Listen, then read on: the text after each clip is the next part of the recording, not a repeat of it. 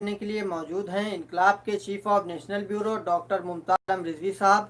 जी। आज हम इनसे अस्सलाम बात वालेकुम। करेंगे। कल इन्होंने बंगाल इलेक्शन को लेकर एक स्टोरी शाया की। मुमताज साहब, आपको क्या लगता है जो आपने स्टोरी लिखी किंग मेकर को लेकर, क्या हो सकता है उसमें? देखिए, सबसे पहले बहुत बहुत शुक्रिया आपका कि आपने मुझे मौका दिया और एक बहुत अहम इशू पर आज जो हमारी स्टोरी शाया हुई है। कल मैंने स्टोरी कलमबंद की थी जैसा कि आपने कहा, और वो स्टोरी मगरबी बंगाल में जो मई में इंतखाबात होने हैं, अप्रैल मई में, उसके ताल्लुक़ से वो स्टोरी शाया हुई है। वो इम्पॉर्टेंट इसलिए है कि इस वक्त वहाँ पे सियासी सरगर्मियाँ बहुत तेज़ हो गई हैं। मैं 2 दिन पहले, अभी कल वापस आया हूँ। मैं मगरबी बंगाल के दौरे पर गया था, ख़ास तौर से मैं कलकत्ता में। वहाँ पे एक कांग्रेस अक़लियती शोबे की जानिब से एक कॉन्फ्रेंस थी, कन्वेंशन था जो था, लेकिन मैंने वहाँ पे लोगों से बात करने की कोशिश की, जो वहाँ के मकामी लोग हैं, कि आखिर सूरत हाल क्या है। बीजेपी पूरी ताकत झोंक रही है, इससे कोई इनकार नहीं है। सबसे पहले मैं ये बता दूं कि मगरबी बंगाल में टोटल 294 सीटें हैं।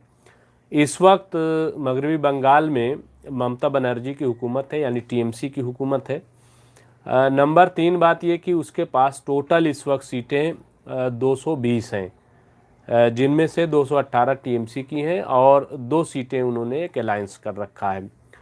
बहुत छोटी पार्टी है, 2 सीटें हैं। वहाँ मगरबी बंगाल में हुकूमत साजी के लिए 148 सीटें दरकार हैं।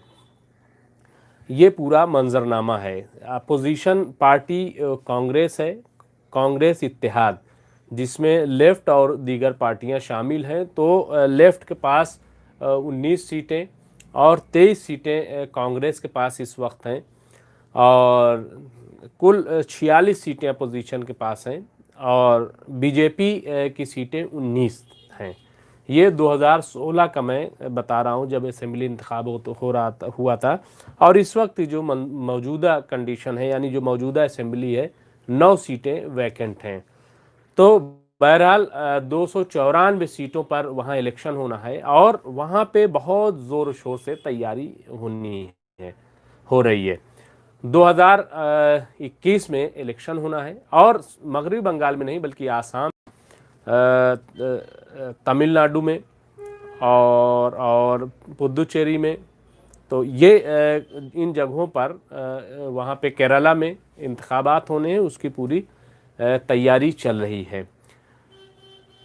देखिए, बीजेपी के जाने से काफ़ी सरगर्मी वहाँ पे तेज़ हो गई है लोगों की, और वहाँ की टीएमसी हो या कांग्रेस हो या और हैं, उनको लग रहा है कि बीजेपी वाकई बहुत ताकत से मगरबी बंगाल में इलेक्शन लड़ने जा रही है।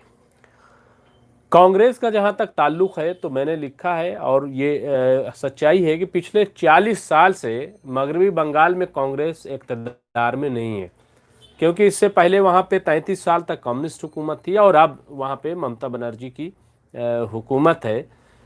तो वो 40-43 साल से 42 साल से हुकूमत में कांग्रेस नहीं रही है, लेकिन इसके बावजूद वो इलेक्शन लड़ती है, लोगों के बीच में जाती है।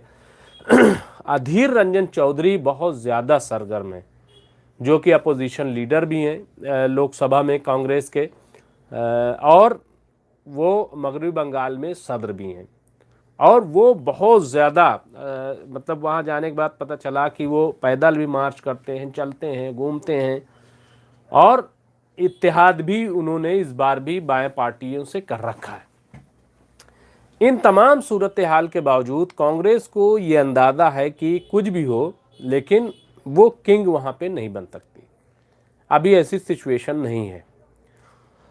बीजेपी के आने के बाद कांग्रेस को ये लग रहा है, जो मैंने वहाँ लोगों से बात की, कि अगर बीजेपी स्ट्रांग होती है, मजबूत होती है, तो जाहिर सी बात है कि अगर बीजेपी ने 100 सीटें हासिल कर ली और हुकूमत बननी है 148 में, और अगर टीएमसी जो जिसके पास 220 है, अगर वो 115-120 सीटों पर सिमटती है, तो जाहिर सी बात है कि टीएमसी के पास कोई चारा नहीं होगा कि वो अलायंस करे, वो इत्तेहाद करे, वो कांग्रेस का साथ ले, बायां मुहाज यानी कांग्रेस इत्तेहाद का साथ ले।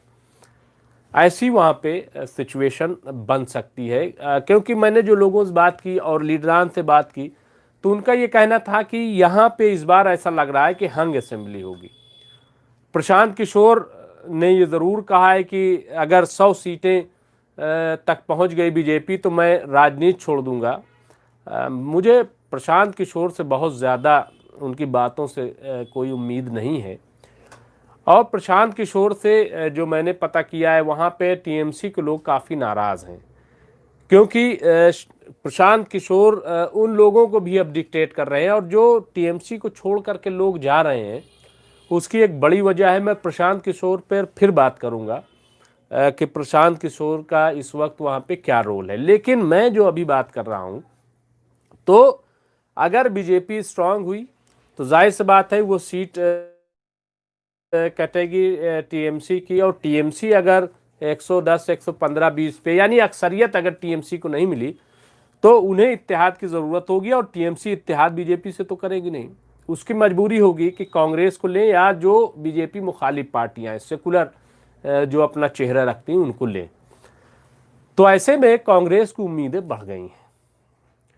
कांग्रेस को लगता है कि हम वहाँ पे किंग नहीं बनेंगे लेकिन किंग मेकर ज़रूर बन जाएंगे, ऐसा कांग्रेस उम्मीद कर रही है, और इसी की पूरी तैयारी है वहाँ पे। तो टीएमसी को तो खौफ अब हो गया है बीजेपी के आने से। हालांकि कांग्रेस का ये इल्ज़ाम है कि आज अगर बीजेपी यहाँ पे स्ट्रांग हुई है तो वो ममता बनर्जी की वजह से हुई है, क्योंकि ममता बनर्जी बीजेपी और बायां मुहाज को साइड लाइन लगाने के लिए बीजेपी को मौका दिया, और उन्होंने मुसलमानों के ताल्लुक से एक ऐसा माहौल खड़ा किया कि बीजेपी के लिए पोलराइजेशन बहुत आसान हो गया था मगरबी बंगाल। कांग्रेसियों कहना है, उनका मिसाल देना, और ये बात अधीर रंजन चौधरी ने अपनी एक डिबेट, अपने एक प्रोग्राम बेयारी कन्वेंशन में इस बात को कोट किया कि इस मर्तबा दशहरा और ईद मुहर्रम साथ साथ थे। ऐसे में इन्होंने ये किया, ममता बनर्जी ने, कि दशहरे को रोक दिया और मुहर्रम को किया। कांग्रेस का ये कहना है, धीर रंजन चौधरी कहना है कि इसकी कोई ज़रूरत नहीं थी। कोई मुस्लिम भाई बंगाल का ये नहीं चाहता था कि अलग अलग प्रोग्राम हो या रामलीला रोकी जाए, दशहरा रोका जाए, कोई नहीं चाहता था। लेकिन ममता बनर्जी ने ये दिखाने के लिए कि मैं मुसलमानों के बहुत करीब हूँ और ये ऐसा कदम उठाया, और इसका फ़ायदा बीजेपी ने उठाया हिंदुओं को पोलराइज करने में। और वाकई एक वक्त था कि जब राम राम जय श्री राम और इस तरीके की बहुत सारी चीज़ें वहाँ पर हुई। इस तरह की कई मिसालें उन्होंने दी हैं। लेकिन अब जब बीजेपी स्ट्रांग हो रही है तो ममता बनर्जी के अंदर खौफ पैदा हो रहा है। तो ये तो कांग्रेस के लिए, टीएमसी के लिए तो बीजेपी खौफ का बाइस बन रहा है मगरबी बंगाल में, लेकिन कांग्रेस के लिए एक उम्मीद भी पैदा कर रहा है। कांग्रेस को लगता है कि अगर हम किंग मेकर बनेंगे तो जाहिर सी बात है कि हम हुकूमत में आएंगे, और 40 साल से जो अपोजिशन का किरदार वो अदा कर रही है उससे निजात मिलेगी। कम से कम इक़्तिदार में आएंगे, कोई मिनिस्टर बनेगा, यहाँ तक कि डिप्टी मिनिस्टर भी बन सकता है, डिप्टी चीफ मिनिस्टर बन सकता है कांग्रेस का, अगर अच्छा किंग मेकर का रोल रहा तो ये तो कांग्रेस की उम्मीद है। अब मामला यहाँ तक नहीं रहा। असल बात जो है वो ये है कि इस मर्तबा एमआईएम भी मैदान में आ रही है मगरबी बंगाल में, और अगर असदुद्दीन ओवैसी आ रहे हैं जैसा कि वहाँ पे शोर है और ऐलान भी हो चुका है, तो इसमें सबसे ज़्यादा नुकसान कांग्रेस को दिख रहा है, क्योंकि अब वहाँ पे किंग मेकर की लड़ाई है। बीजेपी और टीएमसी यानी हंग असेंबली एक तरीके से मान के चलिए।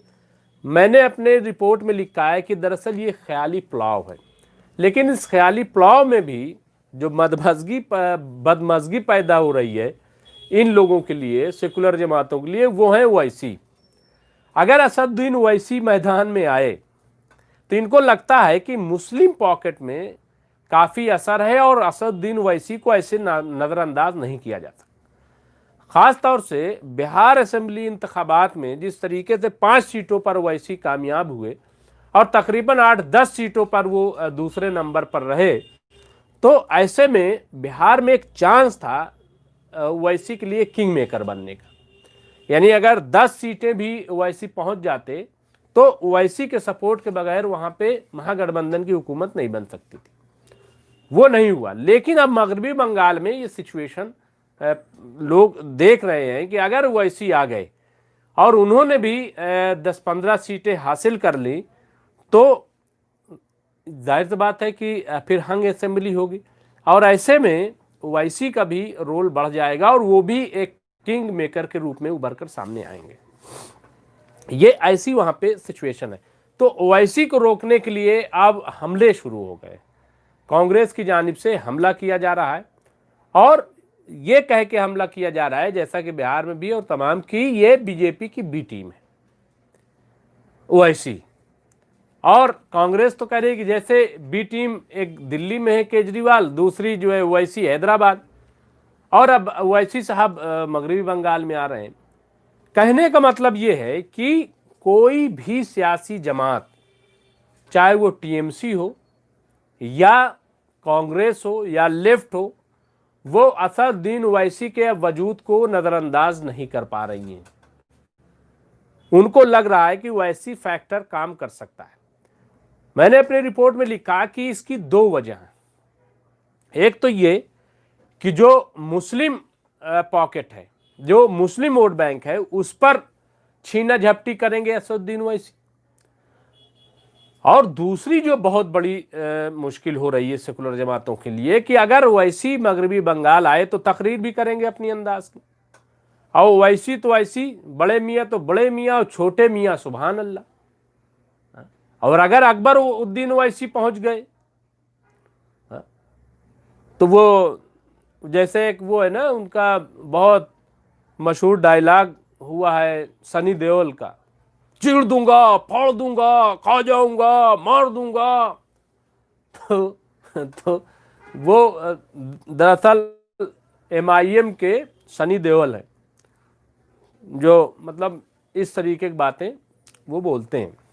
हैदराबाद के लिए तो बहुत ठीक है, अपना ठीक है, वो वहाँ पे करते हैं। हालांकि इस बार बीजेपी ने हैदराबाद में भी अपना झंडा गाड़ दिया और तीसरे नंबर पर ओवैसी साहब पहुँच गए। ठीक है, उन्होंने 44 सीटें जीत ली, लेकिन दूसरे नंबर पर तो आ ही गई बीजेपी। तो कहने का मतलब ये है कि ये मगरबी बंगाल की सूरत हाल है।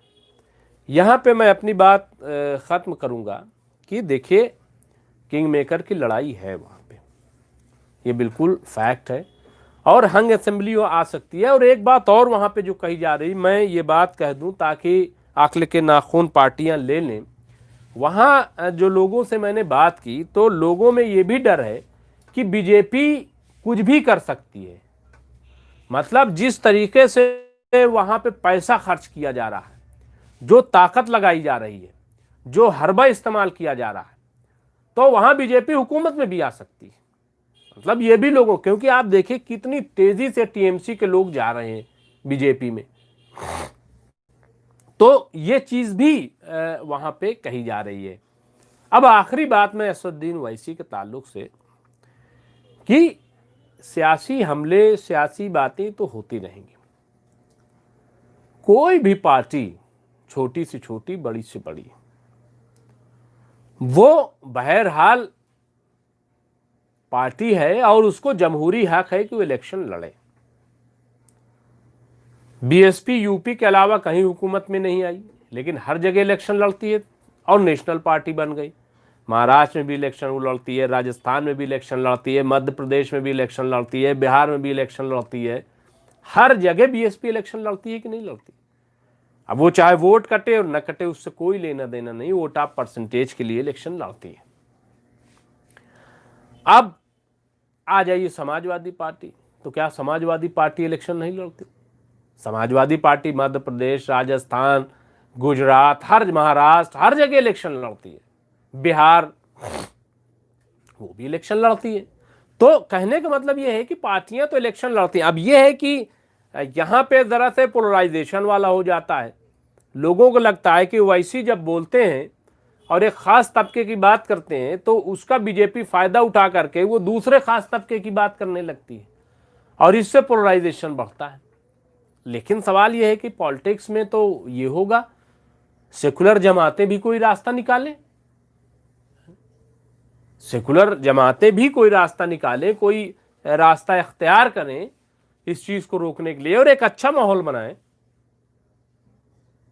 लेकिन ये कि बी टीम, सी टीम, डी टीम ये सबसे कुछ हासिल होने वाला नहीं है। और बहरहाल मगरबी बंगाल में अभी और बहुत तस्वीर वाज़ेह होना बाकी है, लेकिन दो चीज़ें बिल्कुल क्लियर हैं। एक ये कि बीजेपी बहुत स्ट्रांग हो रही है और दूसरा ये कि ओवैसी वहाँ पे आ रहे हैं और तीसरी बात ये कि वहाँ पर जो अहम लड़ाई है वो किंग मेकर की है कि आखिर मगरबी बंगाल में किंग मेकर कौन होगा। मैं फिर रिपोर्ट पेश करूंगा वहाँ पे और मैं ख़ास तौर से आइंदा प्रशांत किशोर के रोल पर ज़रूर बात करूंगा कि आखिर वो हर जगह क्यों पहुँच जाते हैं और क्यों डिक्टेट करने लगते हैं और पार्टियां क्यों उनको इतनी इम्पोर्टेंस देती हैं। मैं फिर बात करूंगा। बहुत बहुत शुक्रिया। नाजरीन, हमारे साथ बात करने के लिए मौजूद थे इनकलाब के chief of national bureau doctor Mumtaz Alam Rizvi साहब। हम फिर हाजिर होंगे किसी नई अहम शख्सियत के साथ। तब तक देखते रहिए MMC न्यूज़ इंडिया, नई दिल्ली। शुक्रिया, खुदा हाफिज़।